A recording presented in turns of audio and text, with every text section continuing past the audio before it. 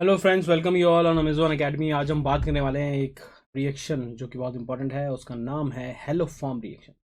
तो शुरू करते हैं। हेलो फॉर्म रिएक्शन क्या है, देखें। हेलो का मतलब है हेलोजन, है ना। तो हेलोजन वाला कोई कंपाउंड हमारे पास बनने वाला है। हेलो फॉर्म की अगर मैं कॉमनली एक फार्मूला बनाऊँ तो वो है हमारे पास CH3।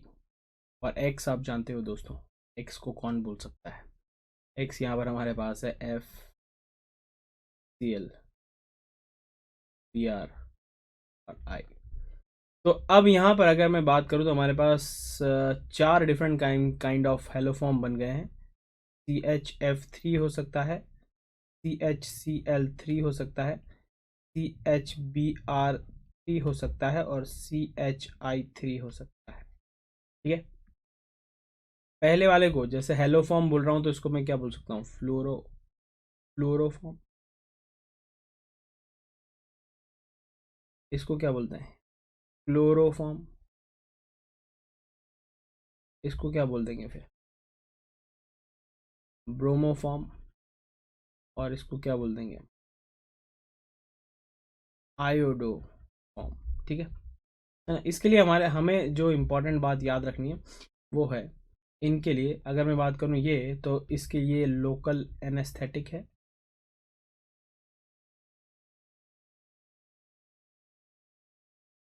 और स्वीट स्मेलिंग लिक्विड है। मतलब एक मीठी मीठी सी खुशबू आएगी और आप बेहोश हो सकते हैं इसके साथ। एडोफॉर्म ये हमारे लिए दूसरा इंपॉर्टेंट है, येलो प्रेसिपिटेट है, जो कि हमारे लिए प्रैक्टिकल ऑर्गेनिक केमिस्ट्री में काफ़ी महत्व रखता है। येलो प्रेसिपिटेट है, या फिर आपको इसमें मेंशन किया जाएगा येलो क्रिस्टल्स की फॉर्म में। एक कंपाउंड है जो कि येलो क्रिस्टल बना रहा है, या फिर येलो सॉलिड भी बोल सकता है ना। तो ये हमारे पास है। अब यहाँ अगर मैं बात करूँ तो हमारे पास क्या होगा, अगर रिएक्शन अगर मैं बात करूँ तो कैसे होगी। देखिए हमारे पास यहाँ है Me, C double bond O और H हमने ले लिया।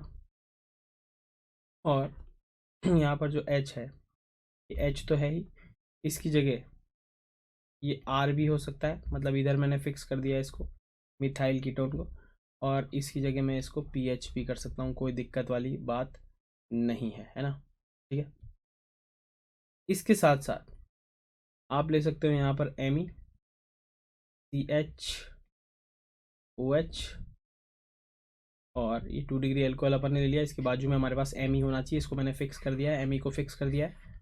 और यहाँ पर हमारे पास H हो सकता है, या फिर आप इसमें कोई भी R एल्काइल ग्रुप ले सकते हो, या फिर कोई भी अराइल ग्रुप ले सकते हो, PH की तरह अराइल, है ना।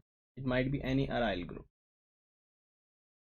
ठीक है। ये आप ले सकते हो। साथ में इसके साथ आपको रिएक्शन करवानी है किसकी, NaOH प्लस X2। और X2 में हम यहाँ ले सकते हैं Cl2, या फिर आप ले सकते हो NaOH प्लस ले सकते हो आप Br2, या फिर आप ले सकते हो NaOH और प्लस ले सकते हो आप I2।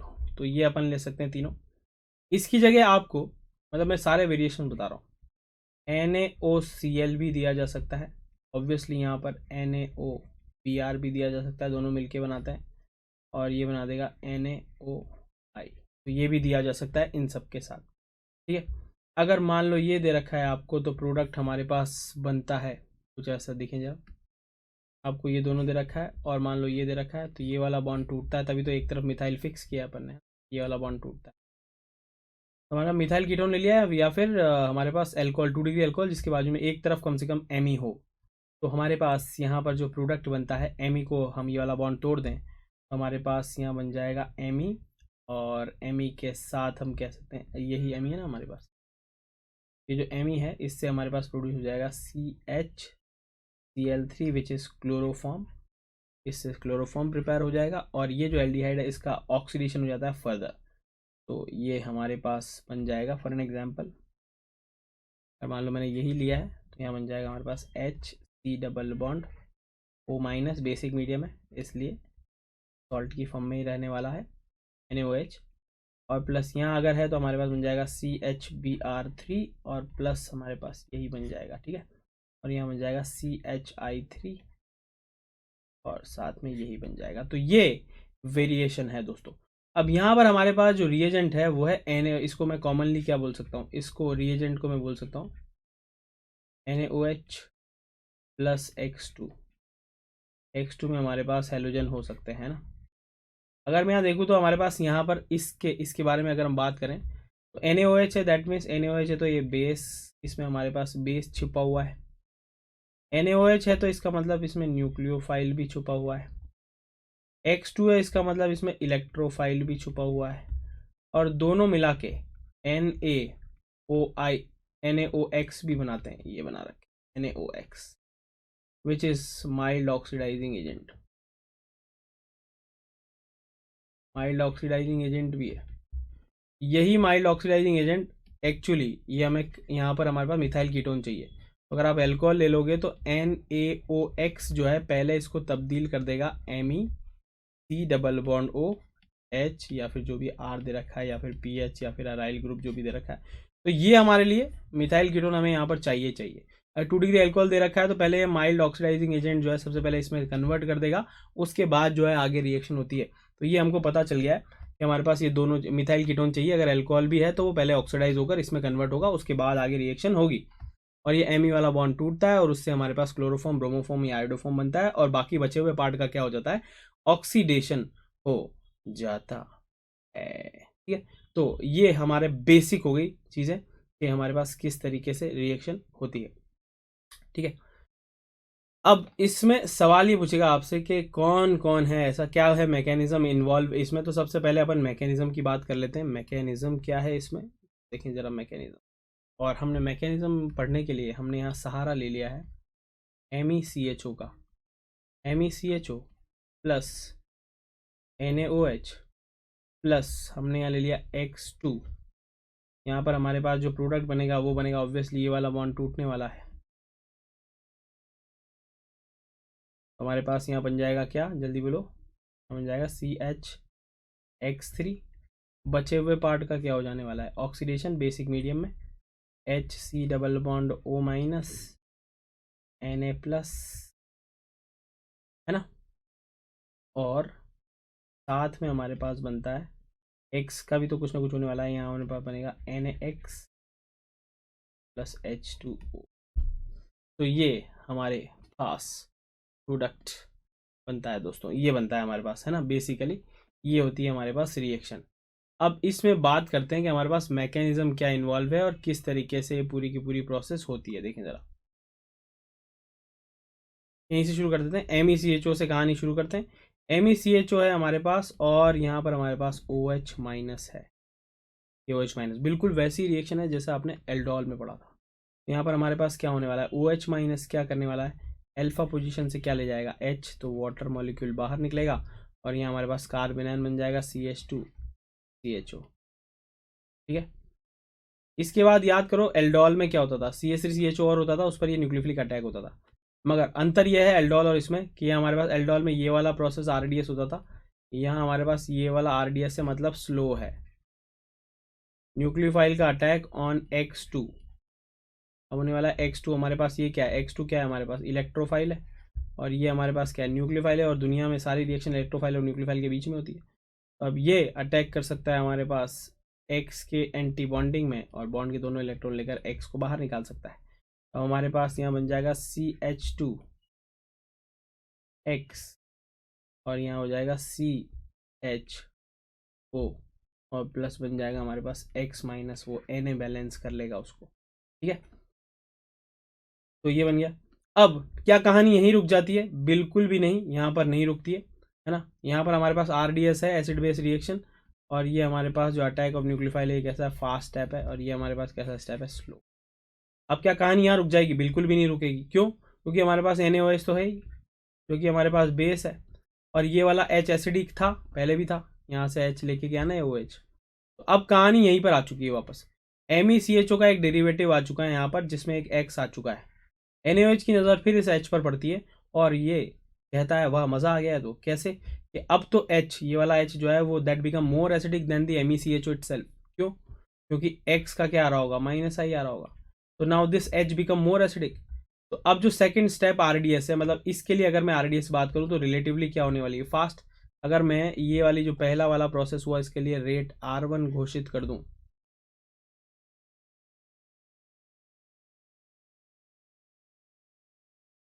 इसके लिए R1, और ये दूसरा पार्ट हो रहा है, अब इसके लिए मैं रेट R2 घोषित कर दूंगा। ऑब्वियसली अब एसिड बेस रिएक्शन रिलेटिवली क्या होने वाली है, फास्ट होने वाली है।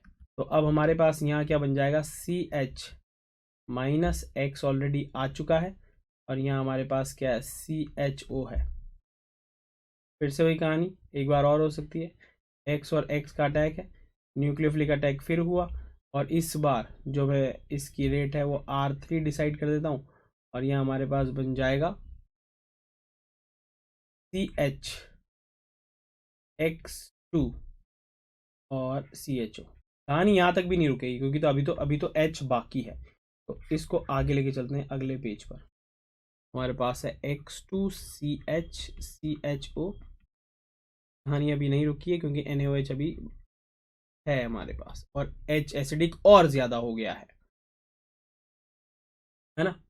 तो तो तो तो हम्म, ये वाला R3 नहीं है, ठीक है। हमारे पास R1 हो गया, R2 हो गया। अब हमारे पास अगला जो है वो है हमारे पास R3, और R3 क्या है हमारे पास, यही एसिड बेस रिएक्शन, नहीं तो R3 है। तो हमारे पास R3 है ये, ठीक है। अब हमारे पास एक H और बचा हुआ है, उसको भी अगर हम निकाल दें तो हमारे पास यहाँ क्या बन जाएगा, जरा देखो, X2C CHO है, और ये अटैक कर देगा फिर से किस पर, X पर, ठीक है। और ये अटैक कर दिया इसने, X को बाहर निकाल दिया, और हमारे पास यहाँ बन जाएगा CX3CHO, ये बन गया हमारे पास। अब NaOH इस पर अटैक कर सकता है, मगर इसके बाद एसिडिक H नहीं है, मगर NaOH तो है। NaOH हमारे पास है, इलेक्ट्रोफाइल हमें अब यहाँ पर अगर मैं देखूँ तो NaOH H खत्म हो गए, तो अब यहाँ अटैक करेगा C डबल बॉन्ड O, तो इसको मैं ऐसे लिख सकता हूँ।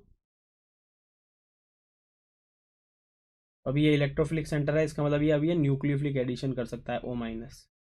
तो अब यहाँ अटैक करेगा और न्यूक्लियोफिलिक अटैक कर देगा अगर ये, तो यहाँ हमारे पास बन जाएगा XCC, बॉन्ड के दोनों इलेक्ट्रॉन जाएंगे ऑक्सीजन के पास, O-, और यहाँ हो जाएगा H, और ये हो गया हमारे पास,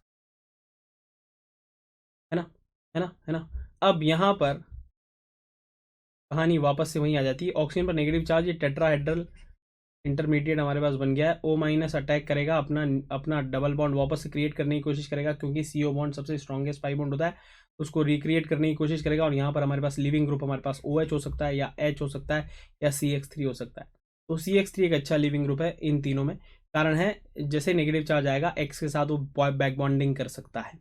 लेट्स सपोज CCl3 है तो बैक बॉन्डिंग कर लेगा, डी ऑर्बिटल रेजोनेंस कर लेगा, Br के साथ भी कर सकता है, आयोडीन भी कर सकता है, और तीनों का -I भी आ रहा है, जो कि नेगेटिव चार्ज को ज्यादा स्टेबलाइज कर रहे होंगे। तो CX3 जो है वो बहुत ही अच्छा लिविंग ग्रुप होने की वजह से यहाँ से निकल कर चले जाता है, और हमारे पास यहाँ देखते ही देखते HC डबल बॉन्ड OH बन जाता है, और प्लस बन जाता है हमारे पास CX3-। और अगर मैं इनके बीच में ABr एसिड बेस रिएक्शन दिखा दूँ, हमारे पास बन जाएगा HC डबल बॉन्ड O- और प्लस CH ये बन गया हमारे पास डिजायर्ड प्रोडक्ट। अगर मैं R1 R2 और R3 में रेट में कंपैरिजन कर लूँ, R1 R2 R3, जो कि अपन पहले भी बात करके आ चुके हैं, तो जैसे जैसे अपन R1 से R2 गए, H become more acidic, R3 में H बिकम मोर एसिडिक। इसका मतलब जैसे जैसे अपन आगे जाएंगे, rate of reaction R1 R2 R3 में बात करें तो R3 की ज़्यादा होगी, क्योंकि H become more and more and more acidic. RDS क्या है यहाँ पर, एसिड बेस रिएक्शन। क्या यहाँ पर न्यूक्लियोफिलिक अटैक जो है वो RDS का पार्ट है, नहीं। तो एक बहुत ही शानदार सवाल और बनता है कि बताओ, रेट ऑफ रिएक्शन का ऑर्डर क्या होगा फॉर F2 Cl2 Br2 और I2 के लिए। रेट ऑफ रिएक्शन का ऑर्डर क्या होगा, क्या रेट ऑफ रिएक्शन में या RDS में F2Cl2Br2I2 है, क्या वो पार्टिसिपेट कर रहे हैं? वो तो न्यूक्लियोफिलिक अटैक वाले में पार्टिसिपेट कर रहे हैं, जो कि RDS का पार्ट ही नहीं है। इसका मतलब ये हुआ कि आप F2Cl2Br2I2 से रेट डिसाइड कर ही नहीं सकते। उनके लिए तो रेट लगभग क्या होने वाली है, बराबर होने वाली है, क्योंकि वो तो RDS का पार्ट है ही नहीं। समझ में आ गया आपको, है ना? तो अब आपको समझ में आ गया है कि हेलोफॉर्म होती कैसे है। अब अगला सवाल यह है कि कौन कौन हेलोफॉर्म रिएक्शन दे देगा। तो हमारे पास मिथाइल कीटोन हो, दे देगा, क्योंकि एक तरफ एम ही चाहिए हमको। एल्डिहाइड हो, दे देगा। 2 डिग्री अल्कोहल, एक तरफ मिथाइल होगा तो दे देगा। 2 डिग्री अल्कोहल एक तरफ मिथाइल होगा तो दे देगा। क्यों? क्योंकि NaOH इनका ऑक्सीडेशन करके क्या कर देगा, इसको NaOH ऑक्सीडेशन कर देगा और इसमें बदल देगा। तो यही बन गया अपना। इसका भी अगर मैं देखूँ तो हमारे पास ऑक्सीडेशन हो जाएगा, ये बन जाएगा। मिथाइल एक तरफ तो है ही, ठीक है। तो मिथाइल कीटोन बन जाए किसी तरीके से तो कोई दिक्कत नहीं है, 2 डिग्री अल्कोहल दे देगा। अब यहाँ पर अगर मैं बात करूँ, क्या ये दे देगा? क्या 2 डिग्री अल्कोहल ये भी है भाई, मगर ये नहीं देगा। क्यों नहीं देगा? क्योंकि ये ऑक्सीडाइज होगा तो भी मिथाइल कीटोन नहीं बना सकता, तो ये नहीं देने वाला है, ठीक है। और क्या है, और बात कर लें कि और कौन कौन दे सकता है। हमारे पास यहाँ पर MECH OH ही चाहिए क्या हमको, और कुछ हो सकता है क्या? यहाँ पर OH के अलावा लेट्स से यहाँ ले लिया अपन ने, कोई भी और ग्रुप इधर ले लिया, कुछ भी चल जाए यहाँ पर, कितना ही लंबा। तो एक तरफ Me चाहिए अपन को, इसको OH और Ne गुड लिविंग ग्रुप ले लो, तो वो क्या करेगा? गुड लिविंग ग्रुप अगर मैंने ले लिया तो हमारे पास बिल्कुल वैसा हो जाएगा, क्योंकि OH होएगा तो इसका ऑक्सीडेशन डबल बॉन्ड O में हो जाएगा। अगर मान लो कोई भी और लिविंग ग्रुप हुआ, लेट्स से हमारे पास यहाँ पर Cl हो गया, या Br हो गया, या I हो गया, या OTS हो गया, या ब्रोसाइलेट हो गया, या नोसाइलेट हो गया, या टोसाइलेट हो गया, है ना। इनमें से कोई भी गुड लिविंग ग्रुप हो गया तो होगा क्या? लेट्स से एन एग्जांपल, मैंने यहाँ ले लिया MECH और इसकी जगह मैंने ले लिया Cl, और यहाँ मैंने कुछ भी ले लिया। लेट्स एन एग्जांपल, कितनी बड़ी कार्बन चेन। तो यहाँ OH माइनस SN2 तो करा ही सकता है, तो यहाँ हमारे पास MECH OH तो आ ही सकता है। और अगर ये आ गया तो फिर यहाँ पर इसका NaOX हमारे पास ऑक्सीडेशन कर देगा और MEC double bond O create कर देगा। बस वही तो हमको चाहिए, तो वो भी कर सकता है। समझ में आ गया? तो ये हेलोफॉर्म रिएक्शन दी जा सकती है। तो अगर मैं बात करूं तो हम ये कह सकते हैं कि हेलोफॉर्म आखिर है क्या। तो बहुत ही बढ़िया कंसेप्ट यहाँ पर हमको मिलता है। AG स्टार आज का ज्ञान क्या है हमारे पास? Haloform is an example, haloform is an example of, it is an example of alpha position पर halogenation, alpha halogenation, and obviously H निकल के X आ रहा है, तो it is an example of oxidation also. Alpha halogenation और oxidation दोनों का एग्जाम्पल है ना, पहला पॉइंट। दूसरा, एसिड्स और उसके acid derivatives, acids and acid derivative, acid derivatives मतलब एसिड और एसिड डेरिवेटिव तुम जानते ही हो, जैसे कि एसिड हेलाइड, अमाइड, एस्टर, ये सब जो है वो हमारे पास नहीं देते हैं हेलोफॉर्म। क्यों नहीं देते? लेट्स से एग्जांपल, आपने C डबल बॉन्ड OH ले लिया और फिर NaOH के साथ कराने जा रहे हो आप, ये वाला बॉन्ड तोड़ दो, ऐसे थोड़ी होगा, एसिड बेस रिएक्शन हो जाएगी यहाँ तो। और आपने लिया C डबल बॉन्ड OCl और यहाँ ले लिया अपन ने NaOH, तो फिर बाकी सब एसिड डेरिवेटिव्स के ऊपर क्या हो जाती है? SNA ही हो जाती है, ना कि हेलोफॉर्म। समझ रहे हो? तो हेलोफॉर्म्स बाकी सब जो एसिड डेरिवेटिव्स है उसमें ऐसे नहीं हो सकती है, बाकियों में तो NH2 में बात करूंगा तो वो भी नहीं होगी, एसिड बेस रिएक्शन ही होगी। तो एसिड डेरिवेटिव्स जो है उस पर हमारे पास हेलोफॉर्म रिएक्शन नहीं होती है। अब ये पूछेगा कि इनमें से कौन कौन दे सकता है, तो मैं बता ही चुका हूँ, क्या ये दे सकता है ना, ये दे सकता है। अब आपसे एक वेरिएशन ऐसे पूछ लेगा वो, बताओ ये दे सकता है क्या? तो ऑब्वियसली मैंने कहा ये लिविंग ग्रुप है, इसमें OH आ जाएगा और OH के बाद ऑक्सीडेशन आ जाएगा, ठीक है। और क्या पूछा जा सकता है बताओ, ये दे देगा क्या? CH C double bond O, अरे तो दे ही देगा ना। CH3 C double bond O, अरे ये तो ताज़ा तैयार ही है, ऑलरेडी हेलोजिनेशन की भी जरूरत नहीं पड़ेगी। ये भी दे देगा, ये भी दे देगा, क्योंकि ये तो रिएक्शन के बीच में बन ही रहा है, तो ये तो दे ही देगा। ठीक है। और अगर मैं बात करूं अदर हेलो जी नेटिंग रिएजेंट, क्या आपको बेवकूफ़ बनाने के लिए कुछ और भी दिया जा सकता है, मगर उसका मतलब वही होगा। हेलोजिनेटिंग मतलब नेट, बेटर मैं ये लिखूं अदर हेलो फॉर्म रिएजेंट। और कैसे बेवकूफ़ बनाया जा सकता है आपको, तो आपको बेवकूफ़ बनाया जा सकता है ब्लीचिंग पाउडर देके। एरो के ऊपर NaOH प्लस X2 ना देकर ब्लीचिंग पाउडर का फॉर्मूला लिख दे, मतलब वो लिख दे ये CaOCl2। हम जानते हैं जैसे ही वो पानी के संपर्क में आता है कैल्शियम हाइड्रोक्साइड और Cl2 बनाता है, और ये हमारे पास हेलोफॉर्म रिएजेंट है। हम तो इनडायरेक्टली ये दे देगा आपको, तो बेवकूफ़ नहीं बनने का। फिर आपको ये भी कह सकता है कि इलेक्ट्रोलाइसिस करा दिया अपन ने, इलेक्ट्रोलाइसिस ऑफ NaCl सॉल्यूशन। हम जानते हैं कि NaCl का आपको इलेक्ट्रोलाइसिस करा दे, तो भी हम बचपन में पढ़ के आ चुके हैं। NaCl जो है वो टूटेगा किस में, Na प्लस और Cl माइनस में, और पानी है HOH तो वो टूटेगा H प्लस और OH माइनस में। और हम जानते हैं कि अपने रेस्पेक्टिव इलेक्ट्रोड की तरफ ये भागने वाले हैं, तो एनोड पर हमारे पास Cl भाग जाएगा। OH तो काइनेटिकली स्लो होता है, तो ये हमें कहाँ मिल जाएगा, Cl2 निकल देगा, ये कहाँ पर, एनोड पर, है ना। और अगर मैं बात कर लूँ कैथोड पर हमारे पास जो है कौन भाग जाएगा, H, ये कैथोड पर भाग जाएगा, और क्या लिबरेट हो जाएगी, H2। सॉल्यूशन में क्या बच जाएगा हमारे, सॉल्यूशन में हमारे पास है NaOH, और हमारे पास Cl2 प्रिपेयर होती जा रही है। इसका मतलब सॉल्यूशन में NaOH प्रिपेयर हो गया और Cl2 लिबरेट होती जा रही है। दोनों मिलाकर क्या बन जाएंगे हमारे पास बन जाएंगे हेलोफॉर्म रिएजेंट। तो इस तरीके से आपको थोड़ा सा और बेवकूफ़ बनाकर क्वेश्चन इस तरीके से घुमाए जा सकते हैं दोस्तों। तो दिस इज़ हेलोफॉर्म रिएक्शन। ठीक है। और बाकी सब चीज़ें आप जानते हैं कि हेलोफॉर्म जैसे है तो उसको एम्बर्ड कलर की बॉटल में रखते हैं। एम्बर्ड कलर मतलब डार्क कलर की बॉटल में रखते हैं CH क्लोरोफॉर्म को, है ना। पूरा बॉटल भरा हुआ होना चाहिए टॉप तक।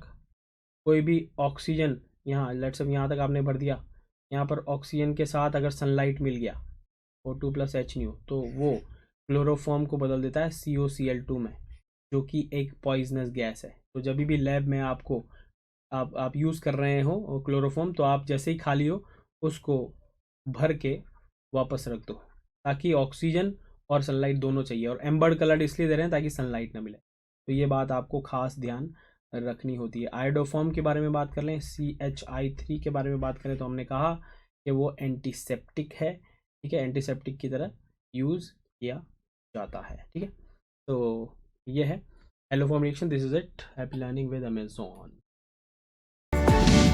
For detailed videos, daily practice problems and live chat, visit academy.amazon.in or download the app.